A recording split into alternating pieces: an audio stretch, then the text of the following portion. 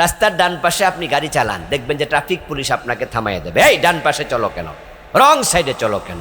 আপনি বললেন যে এই ভাই ডান পাশে গাড়ি চালানো সুন্নত, মামলা শক্ত করে দে, বেশি কথা কর, 10,000 টাকা 5,000 টাকা মামলা দিয়ে দেবে, জরিমানা। আপনি বললেন যে আমি সুন্না মানছি, বলবে এসব সুন্না টুন্না চলে না, আইনে আছে বাম পাশে গাড়ি চালাও, এটাই তোমাকে মানতে হবে। ইসলাম নিজেরা মানে না, আমাদেরকে মানতে দেয় না। আমি চলে গেলাম ওই পুলিশের বাড়িতে রাতের বেলা, এই পুলিশ ভাই আপনি যে ডান পাশে আমি গাড়ি চালাইছি, আপনি মামলাটা দিলেন, আমি কি অন্যায় করছিলাম? এটা না সুন্নত, আপনি শোনেন নাই কোনো দিন? পুলিশ বলবে হুজুর আপনার লগে কি আমার কোনো ঝগড়া আছে? আপনার আমি চিনি, ইচ্ছা করে মামলা দিছি, এটা তো আইনের বইতে আছে, আপনি আইন মানেন নাই, দোষটা কি আমার? আর আইন কি আমি বানাইছি? তা আপনি যান, আপনি ম্যাজিস্ট্রেট কোর্টে যান, আপনি যান বিআরটিএর ওখানে, যাওয়ার পর ওদেরকে বলেন যে দেশের রাস্তার এই আইন তোমরা কেন বানাইছো। তা আমি চলে গেলাম ম্যাজিস্ট্রেট কোর্টে, যারা আমার গাড়ির মামলা দিয়েছে জরিমানা করবো, সরকারের অফিসার, এই অফিসার আপনি না মুসলিম, আমি ডান পাশে গাড়ি চালাইছি, আমার 3,000 টাকা জরিমানা করলেন। উনি বলবো হুজুর আমি তো আইনের গোলাম, আমি তো আইন দেখা বিচার করছি, আমার কি দোষ? এই ভাই আইনটা বানাইছে কেডা? আপনি জানেন না, যারা সংসদে থাকে নেতারা আইন বানায়। তাহলে এতে বোঝা গেল শেষ পর্যন্ত আঙ্গুল নেতাদের দিকে যায়। এই 54 বছর যারা কোরআনের পক্ষে আইন বানায় না, উল্টা পাল্টা আইন বানাইছে, এগুলাই তাগুত, তাদের সাথে থাকলে ইমানদার হওয়া যায় না।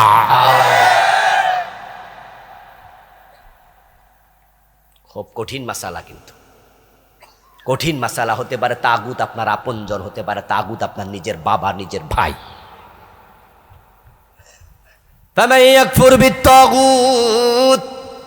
যারা আল্লাহর আইনের বিপক্ষে, আল্লাহর আইন মানে না, ওই মানুষের সাথে আপনি বলবেন কুফরি করলাম, তোদেরকে আমি মানি না। ওয়ায়ুমিন বিল্লাহ, এবার বলবেন লা ইলাহা ইল্লাল্লাহ, শুধু একজনকে মানি, তিনি কে? এবার হলেন আপনি মুমিন।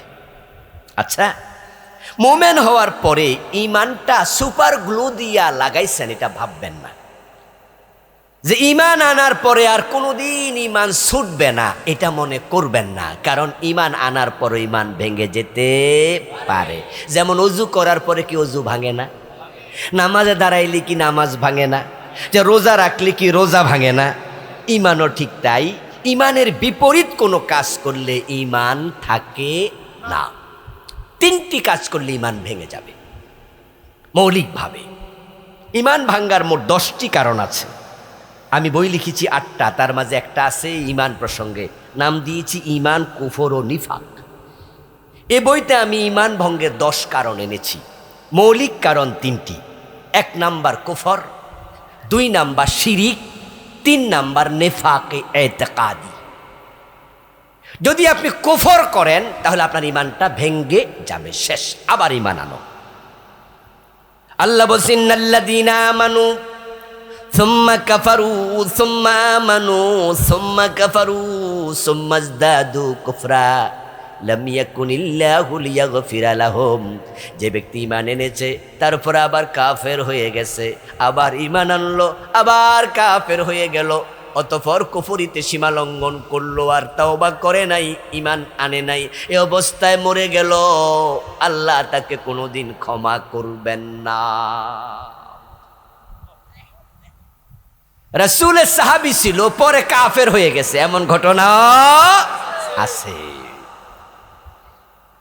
রাসূলের হাতে কালেমা পড়ছে, হিজরত করে মদিনায় গেছে মক্কা থেকে, তারপরে আবার পলাইয়া কাফের হয়ে মক্কায় চলে গেছে।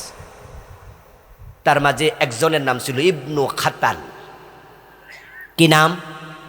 এলেম কিছু বাড়িতে নেন না, এ শিখেন, কিছু কিছু শিখেন না, কমপক্ষে একটা মোরতাদের নাম শিখলেন, এতে করে নিজে সতর্ক হবেন। ইবনু খাতাল যদি রাসূলের হাতে কালেমা পড়ে বেঈমান হয়, তাহলে আমার অবস্থা কি? খুব জটিল। ইবনু খাতাল রাসূলের হাতে কালেমা পড়ার পরে মোরতাদ হয়েছে। মক্কা বিজয়ের দিন রাসূল সবাইকে ক্ষমা করছে, ইবনু খাতালকে ক্ষমা করেন নাই। ইকরামা ইবনে আবু জাহেলের কথা বলছে, তার ক্ষমা নাই, যদিও তিনি পরে ইসলাম গ্রহণ করেছেন, সৌভাগ্যবান মানুষ। প্রথমে পলাই চলে গেছিল, পরে তার বউ ইসলাম গ্রহণ করছে, আবু জাহেলের ছেলে নামে ইকরামা রাদিয়াল্লাহু তাআলা আনহু, তিনি এখন মুসলিম। উনার বউ পরে রাসূলের কাছে বলছে, ইয়া রাসূলুল্লাহ, আপনি তো বলছেন আমার স্বামীর কোনো ক্ষমা নাই, এখন আমি তো ঈমান আনছি, আমার স্বামীকে যদি আমি রাজি করাইতে পারি, উনি যদি রাজি হয় ঈমান আনতে, তাহলেও কি ক্ষমা নাই? রাসূলুল্লাহ বলেন, ঈমান যদি আনতে চায় আমি ক্ষমা করে দিলাম। সুবহানাল্লাহ পড়েন ভাইয়েরা। ইসলাম বড় উদার ধর্ম। আমার প্রিয় ভাইয়ের, আল্লাহর হাবিবের হাতে হাত রেখে যদি মুরতাদ হয়, আমাদের অবস্থা ভালো নয়। শয়তান চারিদিকে দাঁড়ায়া থাকে কলবের। আশ-শায়তানু জাসিমুন আলা কলবি বনি আদম। বনি আদমের কলবের পাশে শয়তান গাপটি মেরে বসে থাকে, চান্স পাইলে ঈমানটা চুরি করে নিয়ে যায়।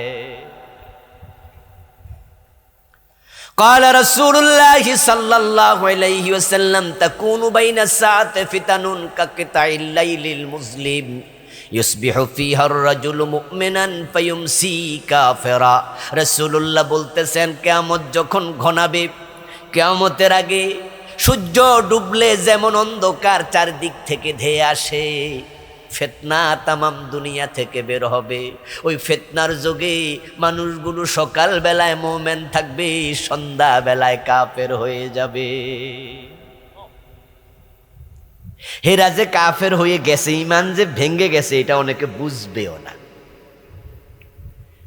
ঠিক আপনারা বলুন তো, যে বেটাটা ফিরের পায়ে সেজদা দিল, তার ঈমান আছে না ভেঙে গেছে? শিরিক হয় নাই? শিরিক করলে ঈমান থাকেনি? থাকে না। কিন্তু ওই বেডারে কি আমরা কইলে বেডা বোঝে? বরং বেডা কয় যে, দূর, আপনারা শরীয়তের হুজুর, আপনারা বুঝবেন না, ফিরের পায়ে সেজদা দেয়া মারেফতে জায়েজ আছে। কইটার নাম হলো সেজদায়ে তাজিমি। ফেরেশতারা আদম নবীরে সেজদা দিছে, কোরআনে আসেনি? কয় আছে। তো হেরা মুশরিক হইছেনি? কয় না। তাহলে আমাদের ফির সাহেবরে সেজদা দিলা, আমরা মুশরিক হমু কিনলে? বাহ, কি যুক্তি! যদি একমাত্র আল্লাহ সেজদার মালিক হয়, তাহলে ফেরেশতারা আদমরে সেজদা দিল কেমনে? আর আদমরে সেজদা দিয়া ফেরেশতারা মুশরিক না হলে, পীর সাহেবরে সেজদা দিলে আমরা মুশরিক হব কেন? শোনেন, শরীয়ত দিয়ে সব চলে না, কিছু মারেফত লাগে। কারণ হচ্ছে, জাহেরি আছে 30,000, বাতিনি আছে 70,000। বন্ড পীরের হাতে মুরিদ হইয়া ঈমান হারাচ্ছে। ও দোস্ত, আচ্ছা, আদম আলাইহিস সালাম রে ফেরেশতারা সেজদা দিছে, এই খবরটা আবু বকর ওমর জানে নাই? কি হ্যাঁ না কয় না কেন? আবু বকর ওমর জানছে? কোরআন শরীফ কি তাদের ফির সাহেব আগে পড়ছে না আবু বকর আগে পড়ছে? তো কোরআনের মাঝে আদমরে সেজদা দিছে আলোচনা নাই? তো এই আয়াত পয়রা দলিল দিয়ে আবু বকর রাসূল রে সেজদা দিছে কয়দিন? ওমর দিছে কয়দিন? ফাতেমা আয়েশা দিছে কয়দিন? তো তোমার ফির সাহেব দলিল খুঁজা পাই লাইলো, আবু বকর ওমর পাইল না। আজীব। আমার প্রিয় ভাইয়ারা, তোমার ফির বড় না আমার রাসূল বড়? আমার রাসূলের চেয়ে বড় ফির দুনিয়ায় কে আছে? আবু বকর ওমর রাদিয়াল্লাহু তাআলা আনহুমার চেয়ে বড় মুরিদ কে আছে? ওই আয়াতের দলিল দিয়া যদি ফিরকে সেজদা দেয়া জায়েজ হতো, আবু বকর ওমর রাসূলকে সেজদা দিত সবার চেয়ে বেশি। তারা কেউ দলিল দেয় না, এটাকে মারেফত বানায় নাই। কারণ হচ্ছে, আদম আলাইহিস সালামকে ফেরেশতারা সেজদা দিল, এই সেজদা দেওয়ার জন্য অর্ডার করছে কে? আর তোমার ফিরের যে তুমি সেজদা দিছো, এটার অর্ডার কই? এটা হলো আন্দাজি, কিতাবুল আন্দাজ। কথা বোঝেন নাই? এটা হলো আন্দাজি কিতাব। এটা একটা আন্দাজ করছে, এরা দিলে আমরা দিব। তা আবু বকর তো আন্দাজ করলো না, আল্লাহ অর্ডার করছে, তাই ফেরেশতারা সেজদা দিছে। ওই অর্ডার ওখানেই তো শেষ, নতুন করে আন্দাজ করার কোনো সুযোগ আর নাই। আচ্ছা, আদম আলাইহিস সালামের যুগে কি ভাই বোনে বিয়ে জায়েজ ছিল না? জানেননি? তো এই ফতুয়া দিয়ে কি এখন চালাই দেওয়া যাবে?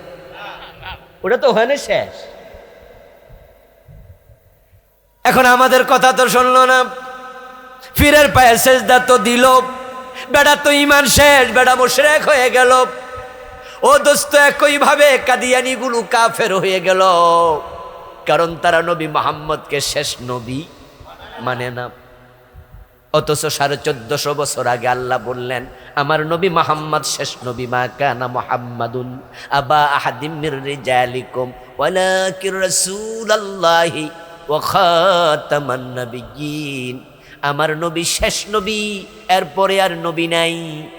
অথচ 1835 সালে জন্ম নিল গোলাম আহমদ কাদিয়ান। বেটা যৌবনে যাইয়া কয় হে নাকি নবী। 1450 বছর আগে নবুয়ত শেষ, এই ফাজি তুই নবী হইলি কেমনে রে? একদল হতবাগা তারে নবী মানছে, এটি কাদিয়ানি, ঠিক কিনা? এই যে তারা এটা করলো, ঈমান আছে না গেছে? তারা মুমিন না কাফের? আল্লাহর আইন এক জায়গায়ও যদি কেউ না মানে তার ঈমান শেষ। তাদের মসজিদ আছে, নামাজ আছে, রোজা আছে, হজ আছে, যাকাত আছে, কিন্তু ঈমানটা নাই। যার ঈমান তার কপালে কোনোদিন জান্নাত নাই। এবার আপনাদের কাছে একটু আসি, পাবলিকের কথা কইয়া তো লাভ নাই, আত্মসমালোচনা করুন। কাদিয়ানি আল্লাহর কয়টা আইন মানে নাই? তারা মোমেন না কাফের? ইবলিস শয়তান আল্লাহর কয়টা আইন মানে নাই? মোমেন না কাফের? আমরা মানি না মোট কয়টা?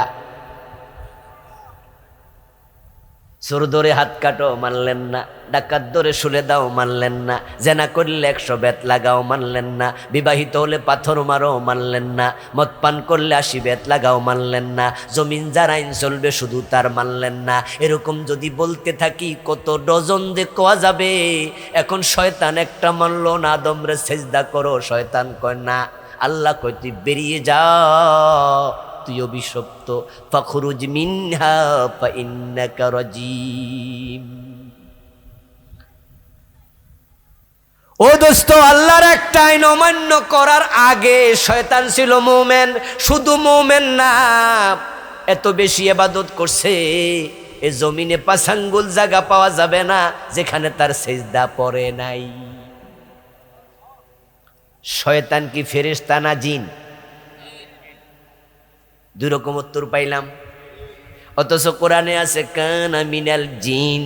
আল্লাহ কয় ফেরেশতা না, শয়তান হলো জিন জাতির সদস্য। তাহলে এতদিন যারা শুনছেন ফেরেশতা, আপনারটা এখন থেকে বাদ দেন, ভুল শুনেছেন। কোরআনে আছে কানা মিনাল জিন, সে জিন, কিন্তু থাকতো ফেরেশতাদের সাথে। ইবাদত করতে করতে এত উপরে উঠছে, আল্লাহ তারে কয় ফেরেশতাদের সাথে থাকো।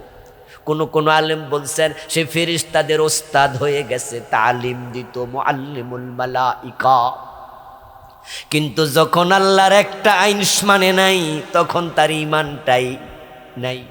তো সে যদি একটা আইন না মাইনা কাফের হয়ে যায়, কাদিয়ানি যদি একটা না মাইনা কাফের হয়, আমরা ডজন ডজন বাদ দিয়া মুমিনের তালিকায় নাম আছে কেমনে ভাবি?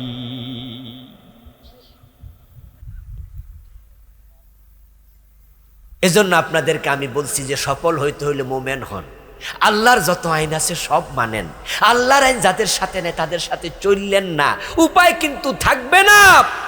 আমাদের ওয়াজের কারণে কালকে ইসলাম দেশে কায়েম হয়ে যাবে, এত সোজা না, এত সোজা না, সময় সাপেক্ষ ব্যাপার। বলেছি তো অনেক বছর, 24 বছর আমি ওয়াজ করি, 2001 থেকে ইসলামের আইনের কথা বলি, কায়েম হয় নাই তো জানি না কবে হবে।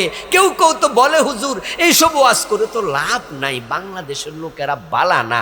আমি বলি দোস্ত, ইসলাম কায়েম হলো কি হলো না এটা দেখার বিষয় না, কিন্তু আমি তো বেঈমান হয়ে মরতে পারি না। আমি তো ঈমানের স্বার্থে কোরআনের পক্ষে কথা বলতে হবে, ঠিক না? আপনারা অনেকে আছেন ভালো মানুষ, আপনিও বলেন যে হুজুর না ইসলামের আইন লাগবে, এটা তো ঠিকই কইছে, এটা কথা ঠিক। কোরআন দিয়া রাসূল দেশ চালাইছে, ওমর অর্ধ দুনিয়া চালাইছে, সাহাবারা চালাইছে, তো কোরআন দিয়া বাংলাদেশ চলুক, আমরা কোনোদিন কি মানা করছি হুজুর লাগবে? তা আমনে আইয়েন, কয় হুজুর না আমনে যা, ইসলাম লাগবে হুজুর তবে আমনে যা। আপনারা যখন আগাইবেন আমরা পিছন দিয়া জিন্দাবাদ করে চলাম। তো এবারই আসেন, ইসলামটা এবারই সংসদে পাঠাই। হুজুর এবার কি আর পারবেননি, মনে আরো কিছুদিন সময় লাগবে, এজন্য এবার না, এবার আমি আগের দলেই আছি, তবে ইসলামের পক্ষে আমি আইতাছি। ঠিক আমরা আগালাম, আপনিও আসবেন ভাবলেন, কিন্তু আজরাইলের আগে এসে গেল। উপায় কি? এই জন্য কোরআনের পক্ষে কি আগামী মাসে আসবেন, আগামী বছর আসবেন, না আজকে আসবেন, এটা আপনার ব্যাপার, আপনার ব্যাপার এটা। এখন কি কি কুফর আছে বাংলাদেশে? আমি তো কাদিয়ানীদের কথা বলছি, একটা কুফর তারা করে। এই বইতে আমি লিখছি 56টা কুফর। কি কি শিরিক আছে শিখবেন, আমার লিখার একটা বই আছে। এই বইতে আমি বাংলাদেশে চলমান 29টা শিরিক লিখছি। এই যে নির্বাচন আসতেছে না, নেতারা স্টেজে খাড়াইয়া শিরিক প্রচার করবে, মাইক হাতে নিয়ে বলবে, এই জনগণ সকল ক্ষমতার উৎস, আমাদের ভোট দেন, আপনারাই তো ক্ষমতার মালিক। ইমান সাথে সাথে শেষ। ক্ষমতার মালিক জনগণ না, ক্ষমতার মালিক কে? কার মৃত্যু কখন হবে সেটা কি জমিনে ফয়সালা হয় না আসমানে হয়? ক্ষমতা কে কয়দিন থাকবে, কে বাদ যাবে, আর কে ক্ষমতায় ঢুকবে, এটার ফয়সালাও জমিনে হয় না। ফয়সালা জমিনে হলে তো অগাস্টের 5 তারিখ আর ফলাইতো না। ওরা তো ঘোষণা করছিল ভিশন 2041, 2041 ঘোষণা করে নাই? আসমানওয়ালা হাসে, হে কয় 41 সন, আচ্ছা আসতেছে, অগাস্টের 5 তারিখ আসতেছে, দেখুন। ও দোস্ত আমার, দেখেন অবস্থাটা এমন ভাবে ওরা সাজাইছিল। 41 সন কেন? হয়তো তারা কয়দিন আগে 61 সন ঘোষণা করে দিত। কারণ পুলিশ ওদের, সেনাবাহিনী ওদের, বিজিবি ওদের, র্যাব ওদের, কনস্টেবল যত আছে সব ওদের। একটা চকিদার নিলে এটাও দলের লোক নিছে, ঠিক না? ওরে বাবা, দল ছাড়া কারণে নেয় নাই। সেনাবাহিনী প্রধান আত্মীয় ওনার, নিয়োগ দিছে উনি, কিন্তু আসমানের মালিক কয় যে না, তোমাদেরকে আমি আর বেশি দিন রাখছি না। উঠছিল একটা ঘামাসি, এটা সুলকাইয়া এমন অবস্থা, ক্যান্সার হয়েছে, রুগী মরে গেছে। না হয় যে আন্দোলন শুরু হয়েছিল এটা তো কিচ্ছু ছিল না। পোলাপানে কইছে কোটা সংস্কার চাই, আমাদের চাকরিতে এভাবে কোটা মোটা কমাই দেন তো, আপনারা এত কোটা দিলে আমরা তো মেধাবীরা বঞ্চিত হই। পোলাপান রাস্তায় খাড়ায় কয় কোটা সংস্কার চাই। প্রধানমন্ত্রী বলতো দ্যাটস ওকে, সংস্কার করলাম। গামাসি চুলকানো দরকার কি, এমনি তো সেরা যায়। এটা গুতায় ক্যান্সার বানানো দরকার আছে? উনি বলতে পারতেন ঠিক আছে, কিন্তু উনি কি কইলেন, রাজাকারের নাতিপুতিরে চাকরি দিমু। লাগলো নি ফ্যাঁস, কি ফ্যাঁস উনি লাগাই দিছে না? এরপরে বলতে পারতো, এই নাতিরা ফোলাফান মানুষ, আমি কয়েলাইছি ঠেলা ছড়ে তোমাদেরকে রাজাকার, সরি সরি সরি, তাহলেও কিন্তু এই যেত সরি না কইয়া কয় গুলি মারো, মারলো গুলি, লাগলো আগুন। এখন পোলাপান কয় না, কোটা মোটা দরকার নাই, কোটা তোর ফিরিয়ে নে, আমার বাইর জীবন ফিরিয়ে দে। লাগছে প্যাস, আবু সাহিদ বুক পুঁতে নিল গুলি। পোলাপান রাস্তায় নামলো, গুলি চললো। এ গুলি দেখার পলায় না, আজীব সিদ্ধান্ত আল্লাহর পক্ষ থেকে এসে গেল। ছোট ছোট বাচ্চারা রাস্তায় নেমে গেল। এগুলো ছিল আল্লাহর পক্ষ থেকে বাংলার জমিনে পাঠানো আবাবিল, আবাবিল, আবাবিল। এগুলো ছিল আবাবিল বাহিনী। আমি আশ্চর্য হয়েছি, মহিলা পর্যন্ত রাস্তায় নেমে গেছে। ওইভাবে এক মহিলা বলতেছে, পিছনে ফেরার আর সুযোগ নাই, সামনে স্বাধীনতা, পিছনে পুলিশ। দেখেন নাই মাইয়া মানুষ কয় কি, কথার স্পিরিট কি। আর একটাইয়া বলতেছে, কয়জন মারবা? একজন মারলে 10 জন, 10 জন মারলে 100 জন আসবে, আল্লাহর আরশ কাঁপবে, অভিসম্পাত হবে। কি খাইছো তোমরা? আমি তো আশ্চর্য হই, এক এক শব্দ বোমার সে আরো মারাত্মক। এমন হলো এক পর্যায়ে গিয়ে আল্লাহর সিদ্ধান্ত এসে গেল 5 তারিখে, ওয়াকার গিয়ে বলে 41 সন লাগবে না, 41 মিনিট, ঠিক না? 45-এর ভিতরে পালান। এমন ভাবে পালালো, রান্না করা খাবার খেয়ে পালানোর সময় নাই। রানলো কেডা আর খাইলো কেডা? ফোলাফাইন খায় আর ফেসবুকে দেয়। দেখেন নাই কি আজীব, কাপড় চোপড় যা আছে এক কাপড়ে পালাইয়া গেছে। পরে পোলাপান যায় আলমারি খুইলা খুইলা কাপড় নেয়। ক্ষমতার মালিক কে? সবাই বলেন না কে? জনগণ ক্ষমতার মালিক বললি কি আল্লাহর সাথে শিরিক হয় না? শিরিকগুলা চিনবেন। হিন্দুদের দুর্গা পূজা আসলে শিরিক শুরু হয়। আমাদের নেতারা বলে, পত্রিকায় লেখে, ধর্ম যার যার, ইমান চলে যাবে, ইমান চলে যাবে, ধর্ম যার, উৎসবতার, লাকুম দীনুকুম। আল্লাহ আলাদা করে দিয়েছে, তোমার ধর্ম তোমার, আমার ধর্ম আমার। আমার ড্রাইভারের কাছে বইগুলো আছে, 29টা শিরিক লিখেছি, পড়বেন জানবেন, নিফাক চিনবেন। আমার প্রিয় ভাই, ইমানদার হন। ওয়াল্লাযীনা হুম ফি সালাতিহিম খাশিউন। এখন যারা মুমিন হবে, ইমানের সবচেয়ে বড় পরিচয় হলো নামাজ। শুধু মুমিন বললে হবে না, নামাজও পড়তেই হবে, এবং নামাজের মাঝে খুশু খুদু লাগবে। নামাজে আমি যে আল্লাহর আইন মেনে নামাজ পড়াই, আমি তো সে আল্লাহর আইন মেনে দেশ চালাই। এখন তোমরা যে বলতেছো হাত না কাটতে, অন্য শাস্তি দিতে, আমি কেমনে দেই? সুর ধরে হাত কাটার আদেশ আল্লাহর কোরআনে আছে না নাই? রাসূল বলে হাত কেটে দাও। এবার আপনাদের কাছে আমার প্রশ্ন, 54 বছরের বাংলাদেশে আমরা কয়জন চোরের হাত কাটছি? বরং ব্রিটিশরা আইন বানাইছে চোর ধরে জেলে দাও। আমাদের মুসলমানের সন্তানরা এমপি হয়েছে, মন্ত্রী হয়েছে, 18 বার সংবিধান চেঞ্জ করছে। চেঞ্জ করার সময় এইটা কিন্তু ঢুকায় নাই, তারা ব্রিটিশ আইন মানতেছে। এর কারণ হচ্ছে এগুলার অন্তরে চুরি করা চিন্তা আছে।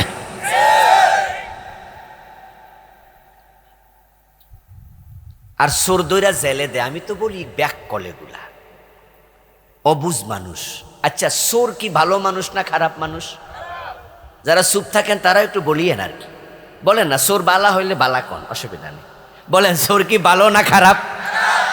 আচ্ছা, হেরে ধরে যে 6 মাস জেলে দিলেন, জেলখানা যে ভাত খাইছে টাকা দিছে? জেলখানা যে ছিল ভাড়া দিছে? বিদ্যুৎ ইউজ করে নাই? পানি দিয়ে গোসল করে নাই? বিদ্যুৎ বিল যায় নাই? হে বিষ দিছেনি তো টাকা পাইল কই? রাষ্ট্র পাইল কই? জনগণের টাকা না? তো আমরা কি কষ্ট কইরা চোরের খাওয়াই তো টাকা দিই? এটা কেমন আইন? আচ্ছা, আপনারা বলেন আমরা কি চোরকে ফালার জন্য টাকা দেই? তো কেমন আইন বানালে তোমরা?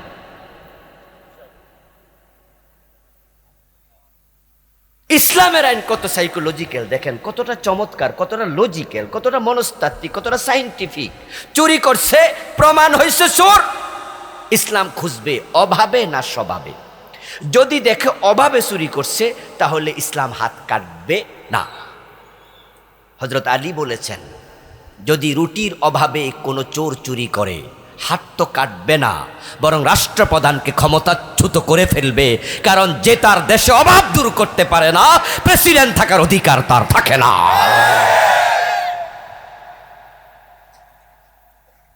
ইসলাম আসবে, জাকাত ভিত্তিক অর্থ ব্যবস্থা চালু করবে, গরিবের হাতে জাকাত পৌঁছাবে, পেটের অভাব দূর করবে, অন্ন, বস্ত্র, বাসস্থান, শিক্ষা, চিকিৎসা, মৌলিক প্রয়োজন রাষ্ট্র পূর্ণ করবে। হযরত ওমরের দিকে তাকান, ওই যে গরিব মহিলা, রাতের বেলায় খাবার নাই, বাচ্চারা ঘুমাচ্ছে, কাঁদছে, চুনুনের উপরে, চুলার উপরে পাতিল বসাইছে, খোঁজ নিছেন, মা কি রান্না করছো?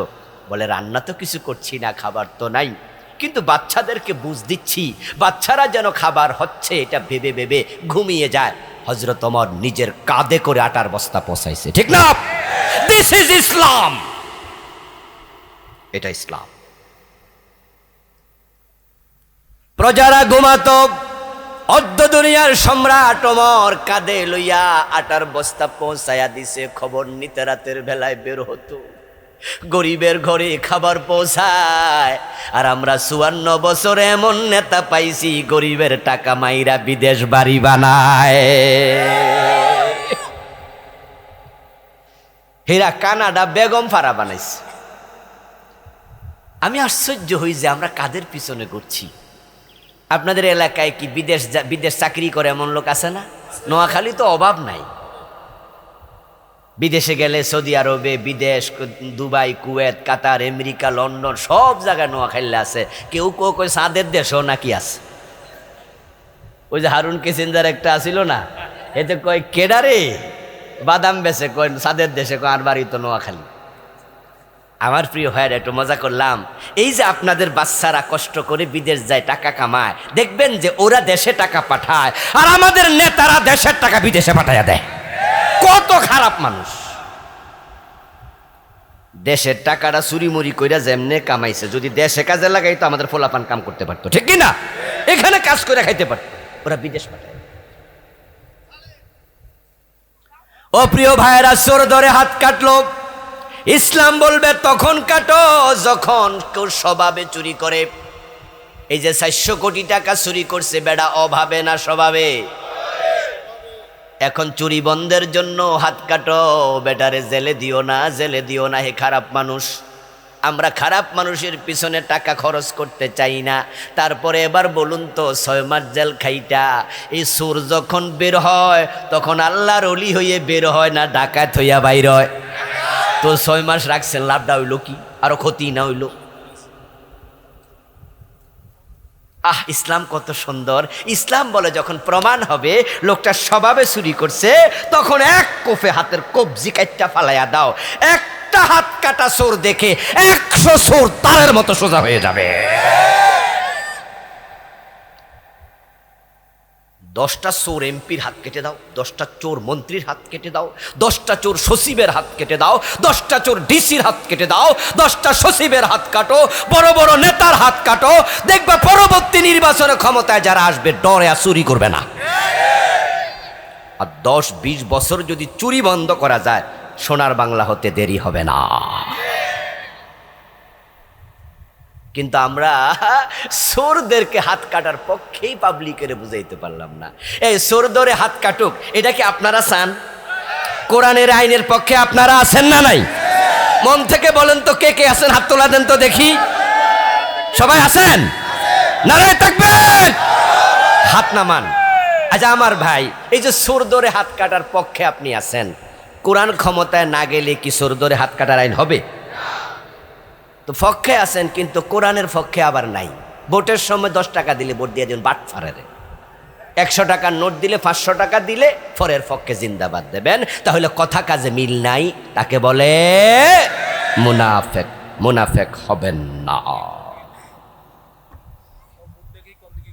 কদ আফলাহাল মুমিনুন, যারা মুমিন তারা সফল। এখন মুমিন হওয়ার জন্য প্রথম সত্যটাই হলো তাগুতের সাথে অস্বীকৃতি হবে, কুফরি হবে। আমি তাগুত মানি না। তাগুত কাকে বলে? তাগুত হলো সেই শক্তি, যেই শক্তি নিজে ইসলাম মানে না, মানুষরেও মানতে দেয় না। তাগুত কোরআনের পরিভাষা, কোরআনের অনেক জায়গায় তাগুত শব্দটা আসছে। তাগুত হচ্ছে তারা যারা ইসলাম নিজে মানে না, আমাদের মানতে দেয় না। আমার প্রিয় ভাইয়েরা, আপনার বাড়িতে যদি চোর ঢোকে আর আপনি কালকে ধরে হাত কাটা দেন, তাহলে আপনার বিরুদ্ধে মামলা হওয়ার সম্ভাবনা আছে না নাই? দেখবেন আপনার বাড়ির সাংবাদিক চলে আসবে, আপনার বিরুদ্ধে ওসির কাছে যে রাষ্ট্রদ্রোহ মামলা দিয়ে দেবে। এলাকার চেয়ারম্যান যদি চোর ধরে হাত কাটে, চেয়ারম্যানই থাকবো, আরেক দল আইসা তারে ধরবে।